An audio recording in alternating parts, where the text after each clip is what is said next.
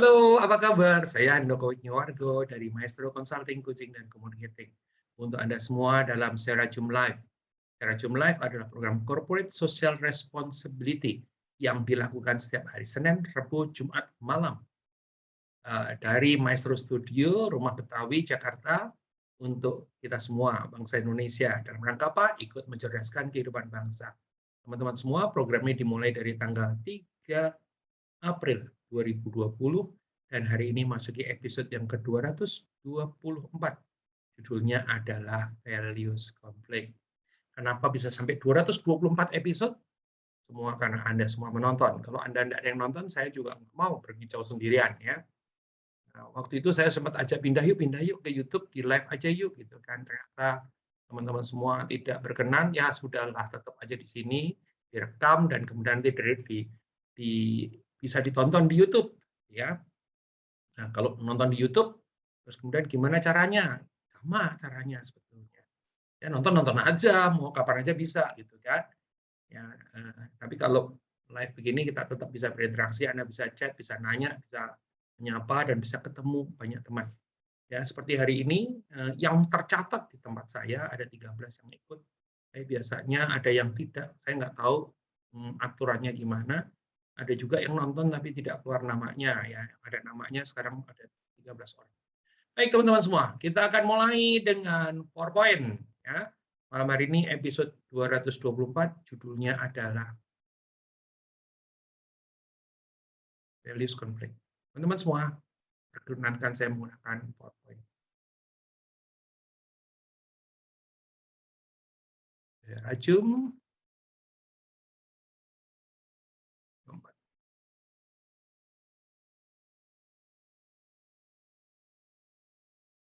Sudah ada? Sudah ada. Tunggu, saya harus membesarkan diri agar supaya jangan terlalu kecil, tapi jangan terlalu besar juga. Nanti menutupi yang lain. Gitu ya. Ada? Sudah? Values Conflict, Senin 6 September 2021. Wow, time flies ya. 19.30, 20.00 ya. Baik teman-teman semua, kita akan mulai.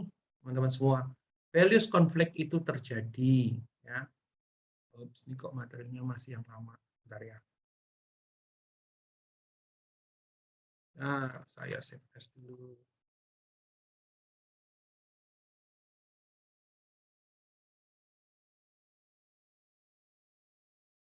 Ya, tunggu ya, saya ini tadi salah materi berarti. Bentar, saya keluarkan lagi. Nah, problem daripada sudah kantor isinya banyak banget adalah salah materi gara-gara terlalu banyak file. Oke, harusnya tidak salah kali ini. Kita lihat.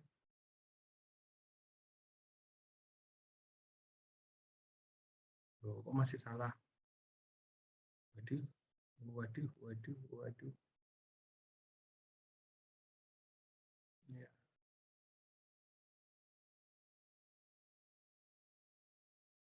Ya, kita cari yang benar. Kenapa kok masih salah?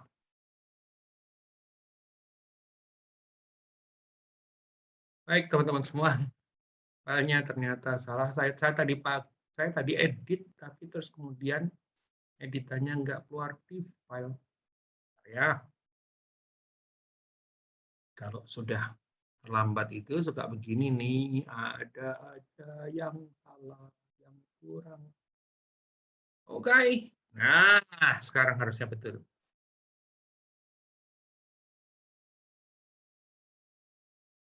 Ya, betul. Baik, teman-teman semua. Halo sekali lagi, mohon maaf atas kesalahannya. Ya, salah buka file. Jadi values conflict adalah malam hari ini kita akan coba lihat. Anda masih ingat bahwa tadi saya cerita bahwa kami memulai dari tanggal 2 April 2020. Di bulan Juli 2020 kami membawakan sebuah materi yang judulnya adalah corporate culture. Ya. Di dalam materi corporate cultures itu dibahas paling nggak 4 hal. Satu bicara soal vision, dua bicara soal mission, tiga bicara soal corporate values, dan yang keempat adalah bicara soal key behaviors atau perilaku kunci. Nah, di dalamnya nanti bicara tentang artefak, tentang ini, tentang itu, dan sebagainya. Ya, jadi kalau Anda mau nonton, silahkan bisa diakses. Ya, tulisannya adalah live streaming 41 atau Serajum 41, ya, corporate cultures. Ya, Serajum 41 corporate culture. Ya, itu tanggalnya ada 6 Juli 2020. Nah, seperti Anda ketahui, judulnya masih belum Serajum ya, karena waktu itu belum dibakukan Serajum, tapi sekarang sudah dibakukan Serajum. Ya, Senin, Rabu, Jumat, biarpun tetap sama, Senin, Rabu, dan Jumat. Ya, Serajum 41, ya, Corporate Cultures. Silahkan diakses di YouTube Handoko Maestro, ya, YouTube-nya Handoko Maestro. Baik, teman-teman semua. Nah, kalau kita bicara soal corporate values, itu bicara tentang core belief atau kepercayaan-kepercayaan yang sifatnya pokok. Ya, jadi apa yang hal yang pokok yang di perusahaan dipercayai, ya, disepakatin, dijadikan konsensus, itu adalah yang namanya core beliefs, ya. Jadi, nah, terus kemudian ada juga yang namanya desired corporate cultures, budaya perusahaan yang diinginkan, ya. Jadi biasanya dia dinamis, ya, tidak berhenti, terus kemudian ada perubahan-perubahan disesuaikan dengan perubahan yang ada, dengan tantangan yang ada, akhirnya ada perubahan. Menjadi juga standard of behavior, itu standar daripada perilaku. Kalau di perusahaan itu perilakunya harus begitu, nggak bisa enggak. Nah, apa kaitannya dengan visi, misi, corporate values, dan juga key behaviors? Kalau yang corporate values dan key behaviors itu dalam satu paket. Ya, dia itu ya harus begitu tuh. Kalau values-nya ini, perilaku kuncinya ini, gitu kan. Kalau yang di atas itu ada yang namanya visi, ada misinya, gitu kan. Bisa dirumuskan dua-duanya, bisa dirumuskan salah satunya, tetapi kira-kira paketnya adalah seperti itu. Nah, dia harus ada bareng-bareng dan itu menjadi budaya daripada perusahaan. Sama seperti kalau kita bicara bahwa Indonesia itu tujuannya apa sih, visinya apa sih, misinya apa sih? Maka judul yang paling utama adalah masyarakat adil dan makmur. Jadi yang dituju Indonesia adalah masyarakat adil dan makmur. Nah, terus di bagian bawahnya adalah apa? Berdasarkan Pancasila. Sama, company juga melakukan yang sama. Jadi dia punya visi, pengen jadi apa, terus kemudian berdasarkan apa? Berdasarkan corporate values yang dia rumuskan. Dan di dalam corporate values dirumuskan, sekaligus di dalamnya ada perilaku kunci yang menjadi tuntunan dalam keseharian, dalam berinteraksi, dalam berusaha, dan sebagainya. Itu yang terjadi. Teman-teman semua, mari kita geser sedikit tentang unsur-unsurnya seringkali berkonflik dalam pelaksanaannya. Ya. Antar values tadi bisa jadi berkonflik dalam pelaksanaan. Terus gimana kalau berkonflik gitu kan? Memang kalau di tempat kami ya di Maestro, kami selalu terhadap klien-klien sekitar ada 27 klien perusahaan korporasi yang menjadi klien terkait dengan corporate values itu kami selalu melakukan monitoring ya. Monitoring terkait dengan kan ada values-values yang baru. Misalnya katakanlah nih dulu tidak terlalu menjadi masalah agility misalnya itu kan resiliency misalnya. Kenapa? Karena situasinya berubah ya, mesti agile, mesti resilience atau mungkin kolaborasi dulu mungkin win over others, sekarang lebih collaborate misalnya. Ya itu apa namanya? Values-values yang belakangan laris dan populer. Karena apa? Karena tuntutan zaman. Nah, terhadap values-values yang seperti ini, itu kan kalau perlu ada perubahan, penyegaran atau penggantian, dilakukan, ya. Nah, dilakukan itu perlu sosialisasi dan sebagainya. Termasuk values-values yang berkonflik karena tantangan zaman, ya. Karena tantangan zaman berkonflik. Nah, kita akan coba ngobrol, kita akan coba detailin terkait dengan hal itu. Ya, mari kita masuk ke materi, ya. Jadi materi ini direkam dan kemudian nanti dipostingkan di YouTube Handoko Maestro bagi Anda yang membutuhkan. Ya, Anda bisa mengakses ini kalau ini sekarang hari Senin, ini biasanya baru akan dipostingkan di hari Rabu pagi ya, karena hari Senin besok pagi diproses, terus kemudian Rabu pagi dipostingkan. Nah, dengan demikian Anda bisa nonton di Rabu pagi, terus kemudian dipelajari, dibagikan kepada karyawan dan sebagainya atau siapa saja yang membutuhkan ya, sehingga menjadi materi pembelajaran karena kanal Handoko Maestro adalah kanal edukasi. Nah, agar supaya tidak ketinggalan silahkan subscribe ya. Subscribe-nya gratis, modalnya cuma akun Gmail gitu ya. Silahkan like ya. Silahkan tulis komen, silahkan sharingkan dan jangan lupa pencet bell. Nah, Teman-teman semua, kita akan masuk ya. Values konflik terjadi adalah seperti apa? Ini saya ambil kutipan-kutipan dari beberapa literatur. Ya. When individual or groups of people hold strong personal belief that are in disagreement with themselves or in disagreement with the institution, organization, value. Gampangannya adalah apa? Adalah ketika individu, saya kecilin dulu, kayaknya saya besaran itu. Adalah ketika individu ada kelompok orang memegang keyakinan pribadi yang kuat yang bertentangan dengan diri mereka sendiri antar mereka atau tidak setuju dengan nilai institusi atau organisasi, akan terjadi konflik. Ya. Terus atau difference of opinion created by differences in long held belief and world views. Ya. Adalah perbedaan pendapat yang diciptakan oleh perbedaan atau yang terjadi karena perbedaan keyakinan atau pandangan yang telah lama dianut. Ya, jadi orang-orang sudah menganut sesuatu nilai, terus kemudian ada pertentangan, ada perubahan. Ya, ini juga jadi masalah. Atau values conflict dirumuskan occurs when we have got two things that are important to us and they are conflicting with each other and potentially reducing the amount of fulfillment in one or both of those areas. Ya, bahasa Indonesianya adalah apa? Terjadi ketika kita memiliki dua hal yang tidak harus dua, sebetulnya bisa lebih dari dua. Ya, yang penting bagi kita dan keduanya, atau bisa ketiganya atau bisa keempatnya, bisa bertentangan dan berpotensi mengurangi jumlah pemenuhan fulfillment-nya di salah satu, kedua, atau ketiga, atau keempat daripada area tersebut.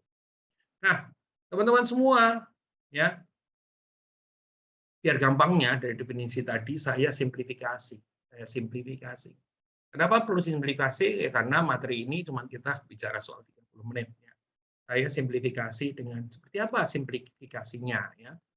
Jadi values konflik itu kita melihat daripada asal konfliknya bisa ya satu.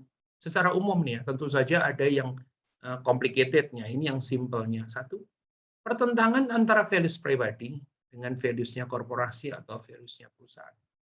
Jadi nilai-nilai yang Anda percayai atau Anda pegang itu bertentangan dengan nilai-nilai yang dijalankan di perusahaan. Itu kemungkinan satu.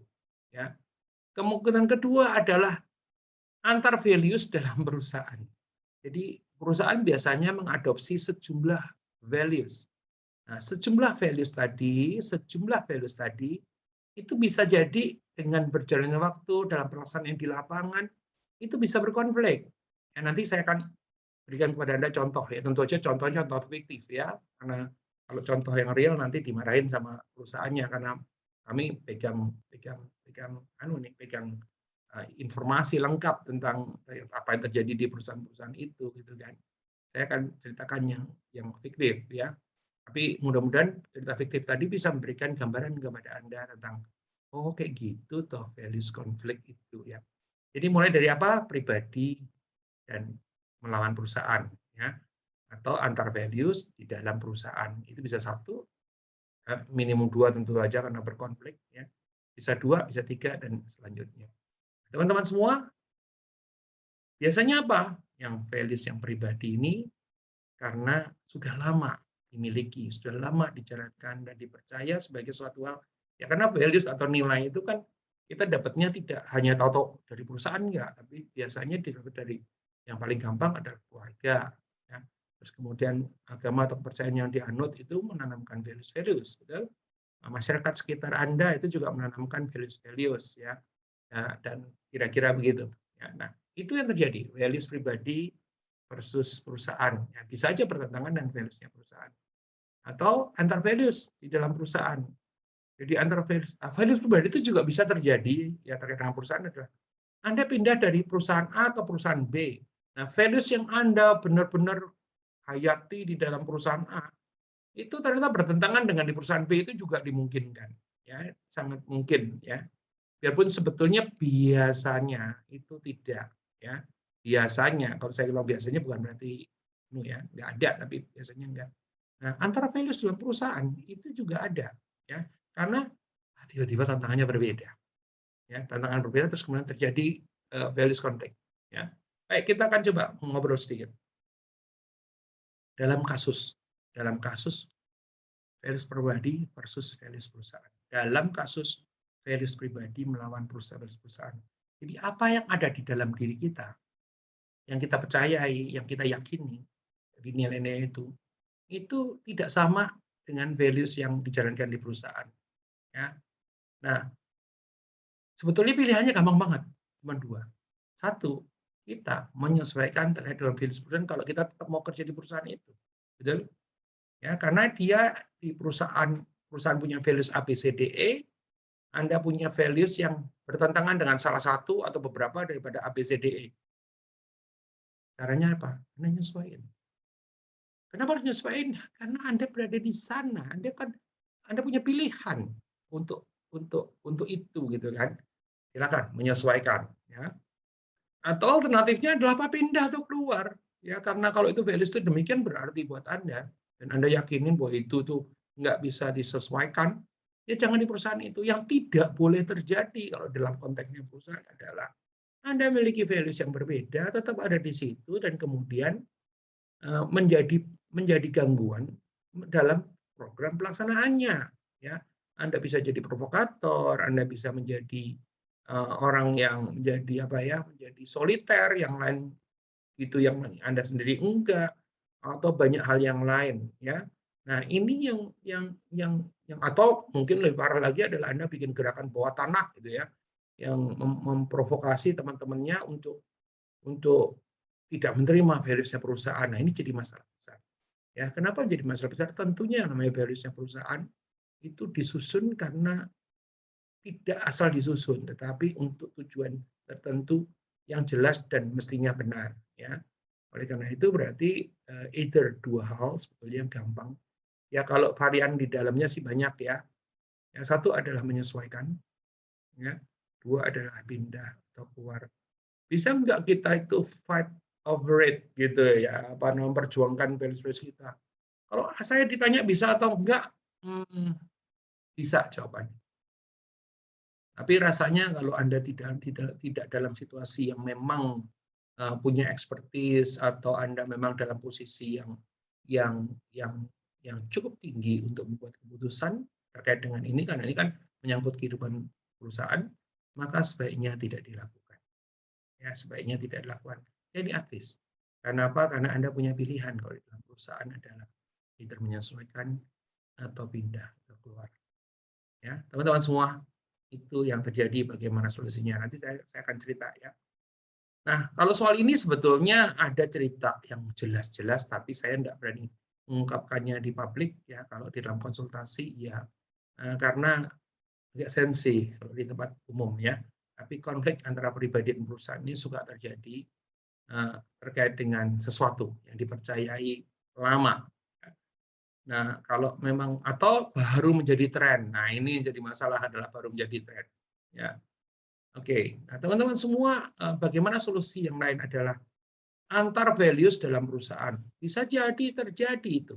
Antar values dalam perusahaan itu bertentangan atau ada konflik ya. Nah, beberapa nasihat dan nanti ada nasihat panjangnya adalah perhatikan mana sih yang lebih mendasar kalau antara values A dan values B itu berkonflik, yang lebih mendasar mana? Karena kadang-kadang dalam perusahaan itu dia ada values-values yang meskipun semuanya penting, tapi bisa dibikin skalanya ya, yang bahwa yang satu lebih dibanding yang lain. Oleh karena itu, yang satu lebih mendasar daripada yang lain ya. Nah, nanti kita akan bahas tuh yang soal itu. Ya, perhatikan juga mana yang lebih mendasar. Ya. Terus kemudian waktu konflik terjadi, analisa dulu domain daripada konflik. Bisa jadi konflik terjadi antara values-nya values A dan values B, tapi di departemen X dan departemen Y. Ya.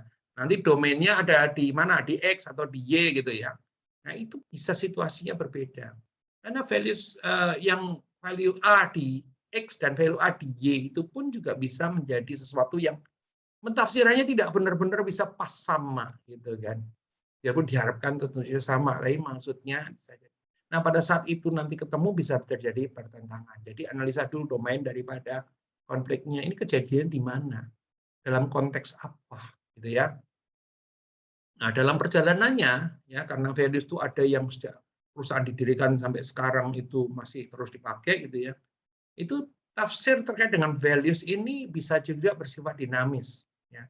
Nah, bersifat dinamis bisa terjadi seseorang menafsirkan atau sekelompok orang sudah menafsirkan dengan tafsir baru, ada kelompok orang karena dia udah menguasai sekali tafsir yang lama ya terus dipakai tafsir lama misalnya. Nah, ini juga bisa menimbulkan masalah juga, bisa menimbulkan konflik. Padahal values-nya bisa jadi sama. Ya. Terus kemudian, nah pertanyaan yang berikutnya, kalau kita ini adalah bisakah hidup berdampingan tanpa harus berkonflik? Ya, ini menjadi pertanyaan lagi. Saya akan berikan contoh ya, tapi tentu aja contohnya fiktif. Ya. Nah, contoh yang fiktif ini bisa jadi untuk memberikan sekedar gambaran kepada Anda semua bahwa dengan contoh fiktif ini, oh kayak gitu maksudnya, itu loh kira-kira. Ya anggaplah ada satu perusahaan ya yang punya values ada 5 ya. Sebetulnya tadi saya sengaja merubah ini. Saya jadi akronimnya menjadi PESTA gitu kan. Sebetulnya nggak masuk akal ya. Masa akronim perusahaan kok PESTA? Sebetulnya tadinya aslinya adalah pesat. Pesat itu adalah cepat gitu ya. Tapi kalau pesat nanti seakan-akan value ini value-nya perusahaan apa nih? Padahal saya tidak mau cerita itu. Saya memang murni mengarang ini. Ya. Maka sengaja dibikin values-nya adalah PESTA. Ya. Satu adalah performance, bahwa di perusahaan itu yang namanya performance menjadi penting sekali. Ya. Dua adalah efisiensi. Ya. Efisiensi penting. Ya, hari ini apalagi ya, mana yang lebih efisien itu bisa memenangkan persaingan. Yang tidak efisien menjadi tersisihkan. Ya. Ada satisfaction, ya biasanya satisfaction ini terdiri dua unsur, ya customer satisfaction dan employee job satisfaction, kan gitu ya. Ada teamwork dan ada agility. Agility ini yang tadi saya cerita tentang value yang baru. Agility itu adalah yang baru ya. Agile itu sekarang menjadi isu soalnya. Nah, teman-teman semua anggaplah ini 5-5-nya dijalankan. Bisa nggak berkonflik dalam pelaksanaannya? Bisa, bisa. Misalnya nih, antara E dengan T, efisiensi dengan teamwork, efisiensi dengan T, E dan S, efisiensi dengan satisfaction. Kadang-kadang demi efisiensi, akhirnya satisfaction-nya terganggu. Atau demi satisfaction, efisiensinya terganggu. Nah, bayangkan kalau misalnya kata satisfaction biasanya yang menjadi pemegang values terdepan adalah orang-orang marketing yang berada di garda paling depan gitu ya. Itu kan bisa berkonflik dengan misalnya efisiensi bagian keuangan gitu. Sekali lagi ini adalah values yang fiktif ya. Tetapi saya memberikan gambaran kepada Anda, efisiensi dengan satisfaction bisa berkonflik. Karena untuk bisa memuaskan customer kadang-kadang tidak terlalu efisien. Atau kalau terlalu efisien, jadi kepuasan customer itu menjadi terjaga. Misalnya, ya sesederhana misalnya katakanlah, wah ini kalau kita bicara soal energi, misalnya katakan tadi di lobi ada AC, mungkin nggak sentral ya, AC 4 gitu kan, kita nyalain cuma satu aja, yang 3 dimatikan untuk ngirit gitu kan. Nah, efisien, kepuasan pelanggan, oh panas ya di sini gitu kan. Akhirnya menjadi terganggu. Ya, itu hanya sekedar contoh. Ya, bisa jadi performance dengan teamwork. Performance dengan teamwork kadang-kadang dalam perjalanan dan ini terjadi satu perusahaan yang besar sekali. Yang menjadi indikator utama hanya performance. Dan apa yang terjadi ya di perusahaan itu? Ya performance-nya meningkat, tetapi teamwork-nya itu bisa turun jauh banget. Karena apa? Nyikut teman juga nggak apa-apa demi performance. Nah, ini value conflict. Ya, nyikut teman nggak apa-apa, yang penting performance. Ya, dan orang-orang yang menang karena nyikut teman atau perform karena nyikut teman pun dikasih naik ke atas panggung dan ditepuk tanganin. Nah, ini menjadi masalah, ya, menjadi masalah kenapa? Teamwork-nya terganggu. Padahal dalam pemikiran yang normal itu performance jangka pendek, biasanya yang seperti ini adalah untuk jangka pendek, itu suka melupakan yang namanya teamwork, yang penting untuk jangka yang menengah dan jangka panjang. Nah, kalau ini dibiarkan saja kan jadi masalah. Kan gitu kira-kira. Nah, teman-teman semua kalau kita mau ambil contoh-contoh semua dari sini, itu kita akan bisa melihat bahwa dengan 5 ini aja ya, PESTA ini. Sekali lagi, ini adalah values atau akronim daripada yang sifatnya fiktif ya. Jadi di kami itu bikin akronim buat company-company ada belasan ya. Ya, karena dengan itu mereka itu jadi lebih gampang mengingat-ingat tentu saja ya. Apalagi yang bisa ini banyak ya, banyak yang bisa diinikan ya. Tadi performance lawan efisiensi ya. Terus kemudian efisiensi lawan satisfaction, performance melawan teamwork ya, atau beberapa sekaligus. Nah, ini hanya contoh-contoh di mana values tadi bisa berkonflik. Baik, saya akan lanjutkan. Nah, teman-teman semua, ada sebuah artikel adalah values konflik. Tapi balik lagi ya, pada saat saya menyampaikan ini sifatnya bukan berarti the one and the only yang paling benar, enggak ya, tetapi saya akan menyampaikan ini sebagai tambahan wawasan kepada kita semua.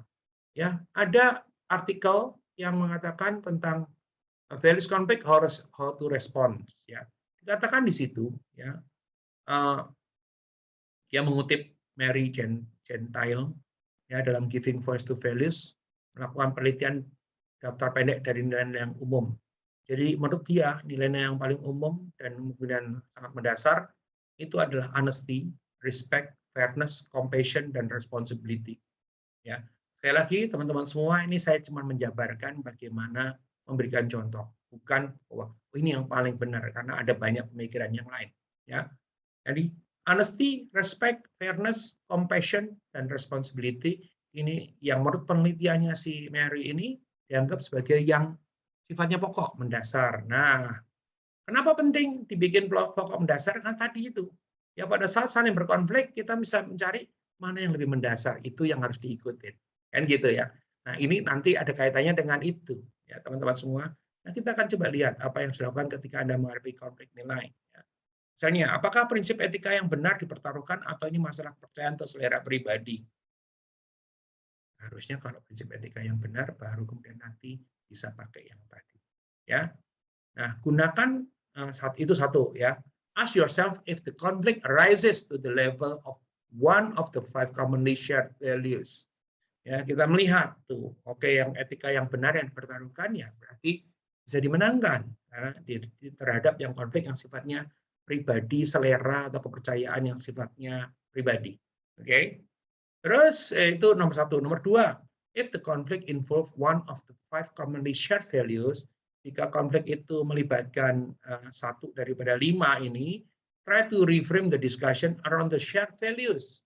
Ya, berusaha untuk mereframe diskusinya terkait dengan values. Bagaimana kalau dikaitkan dengan honesty? Bagaimana kalau dikaitkan dengan tadi itu yang 5 tadi?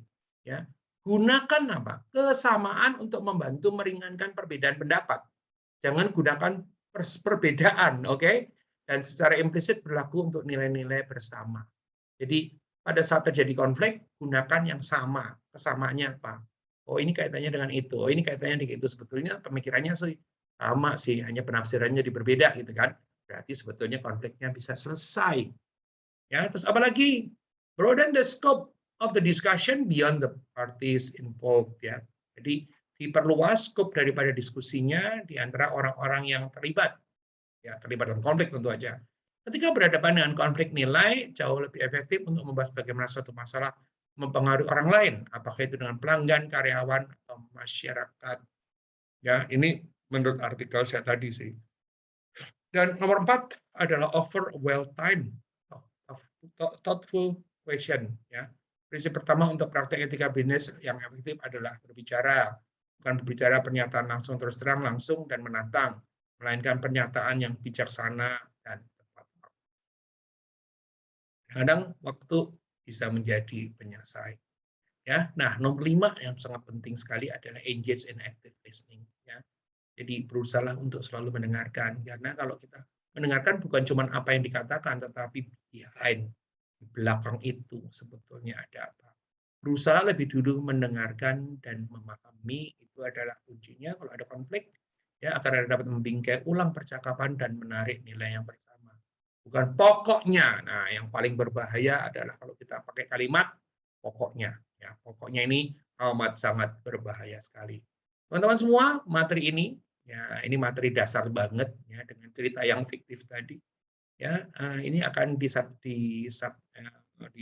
sudah direkam dan kemudian akan dipostingkan di Handoko Maestro, ya, karena itu merupakan kanal edukasi. Di YouTube Handoko Maestro merupakan kanal edukasi. Sementara kalau kanal yang satu lagi adalah Maestro Channels, itu adalah kanal yang terkait dengan inspirasi. Hari Sabtu besok kami akan mendatangkan Mas Yanu Arianto. Ya, Mas Yanu Arianto ini adalah Ketua P3I atau Perusahaan Periklanan Indonesia, Satuan Perusahaan Periklanan Indonesia, dan juga CEO dari Badan Densuan. Teman-teman semua, itu yang saya sampaikan. Ya. Nyalakan lonceng, ini akan mengingatkan Anda apabila materi baru di-upload. Nah, gitu teman-teman semua untuk hari ini. Terima kasih. Mohon maaf atas keterlambatannya tadi. Ya, saya Handoko Wisnuwargo dari Maestro Consulting, Coaching, dan Communicating mengucapkan terima kasih atas kesetiaan Anda mengikuti acara ini. Salam.